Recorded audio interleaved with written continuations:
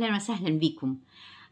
خلصت معاكم بعض الحديث مش كله عن مدينة الفيوم الساحرة، وما دمنا بنتكلم عن عالم السحر الأثري القديم في مصر، فيجب أن نتحدث عن المدينة الأم في هذا العالم، وهي سيوة، أو الواحة الأم في هذا العالم وفي هذا العالم، وهي واحة سيوة أو واحة أمون. وحقيقي أنا عشان أتكلم عن سيوة يبقى لازم أتكلم عن المسافة الفاصلة ما بين اسكندرية وسيوة وما بينهم من مدن وحكايات عجيبة رواها كثيرين ومنهم مجموعة غير قليلة من رواة التاريخ في عصر ما بعد فتح مصر في العصر الإسلامي. الرواة العرب والمؤرخين العرب حكوا حكايات عجيبة عن مدن تظهر وتختفي، تظهر للبعض وتختفي أمام الكثيرين، وهي مدن مليئة بالكنوز والذهب وما لا تتخيله الأعين.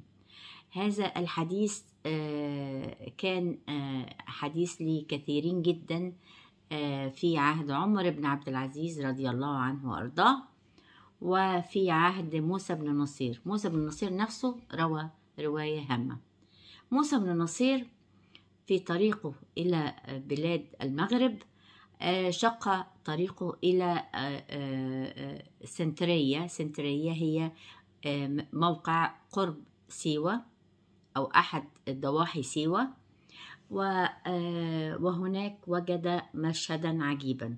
وجد مدينة، هذه المدينة بها أسوار عالية جدا،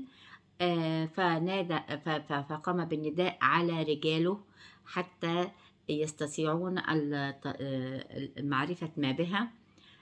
تسلق رجاله، كلما تسلق شاب من هؤلاء السور وصل إلى قمته ثم أعطاهم ظهره وشاهد شيء ما مرعب في ظهر هذا السور، وشيء ما كان يقوم بالنداء عليه فيلقي بنفسه، وجندي ورا جندي وفارس ورا فارس. فوجد موسى بن نصير أن عليه أن يكون حكيما، وأن يأخذ ما تبقى له من رجال ويذهب في صوبة تاركا هذا المكان وهو فزع. يعني هذه رواية مؤكدة رواها الأقدمون عن زيارة موسى بن نصير.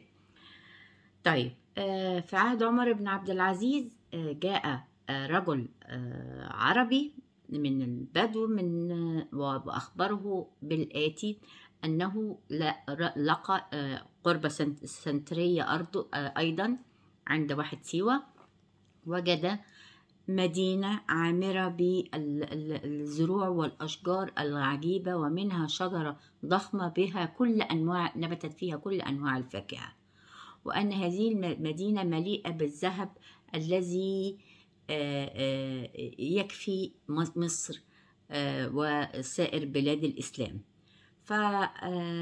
وأن أحد أقباط مصر أخبره أن هذه المدينة هي مدينة من 2 مملوكة لهرمس الهرامسة، أنشأها هرمس الهرامسة. من هو هرمس الهرامسة؟ ده اللي هقوله لكم دلوقتي. طيب، المدينة دهيت قام بناء على هذه الرواية عمر بن عبد العزيز بإرسال مجموعة من رجاله للوصول إلى هذه المدينة، وهناك لم يجدوا لها من أثر، وكأنها فص ملح وداب.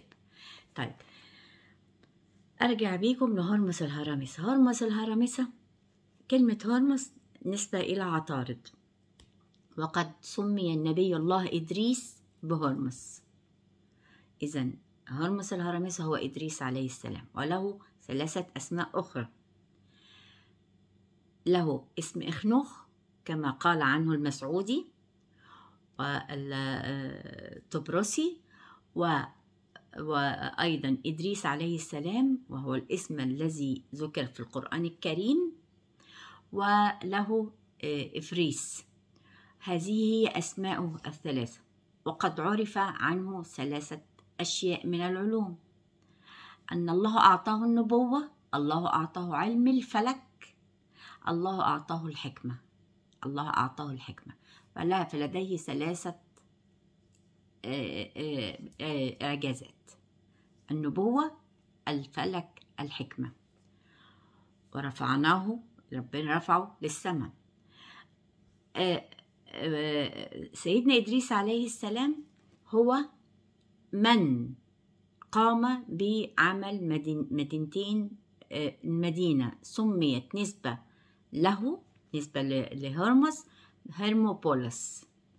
لما نتكلم عن هرموبوليس يبقى احنا على طول بنتكلم عن الأشمونين، وانتوا مغمضين عينكم.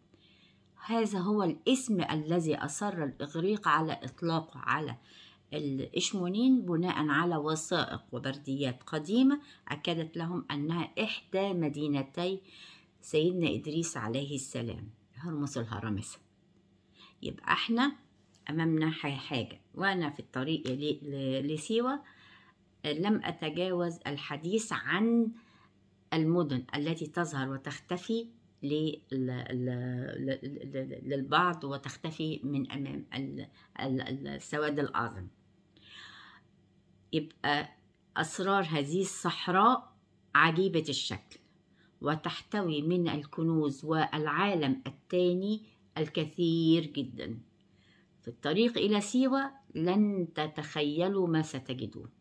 والدليل على كده كمان غير القصة اللي حصلت في عهد سيدنا عمر بن عبد العزيز، ولا القصة اللي حصلت لموسى بن النصير نفسه، إن ما حدث للإسكندر المقدوني حينما وصل بجنوده نحو الموقع المعروف حاليا بمرسى مطروح. نزل منها وتترجل وقام حصلت 3 أشياء له ولجيشه هي التي دلته على الوصول إلى سيوة أو معبد جوبيتر آمون. أول حاجة 2 حيتين صاروا قعدوا يزحفوا أمام جيشه متجهين تجاه صوب جوبيتر آمون، فصار الجيش مهتديا بسيرهما. وفي نفس الوقت نوعين مختلفين من الغربان، طائر الغراب، صاروا صوب هذا الموقع المعروف بجوبيتر آمون. الشيء الثالث إن الدنيا كانت بتمطر عليهم وتعطي تتمدهم بالمياه وبالما يحتاجونه من المياه والزروع طوال خط سيرهم حتى وصل إلى جوبيتر آمون. إذن هي أرض لها من الملاحم والقدسيات ما يعجب له البشر. وبالتالي القصة مش قصة سيوة وحدها، قصة ما قبل سيوة، المسار والطريق اللي هو قبل سيوة. لتحديد هذا الموقع يجب العودة إلى معرفة ما المقصود بسنترية في الكتب القديمة، وده هيبقى حديث بالأقمار معاكم في حلقة منفصلة. وطبعا أول مرة تسمعوا عن هذا المسمى. وما هي المدينة الأخرى لهرمز الهرمسة اللي هو إدريس عليه السلام غير الأشمونين؟ وليه الأشمونين إحنا مش مكتشفينها صح لغاية دلوقتي؟ وماذا يوجد في الأشمونين؟ كل ده هيبقى مواضيع حلقات جاية ليا، انتظروني فيها ضروري. مع السلامة.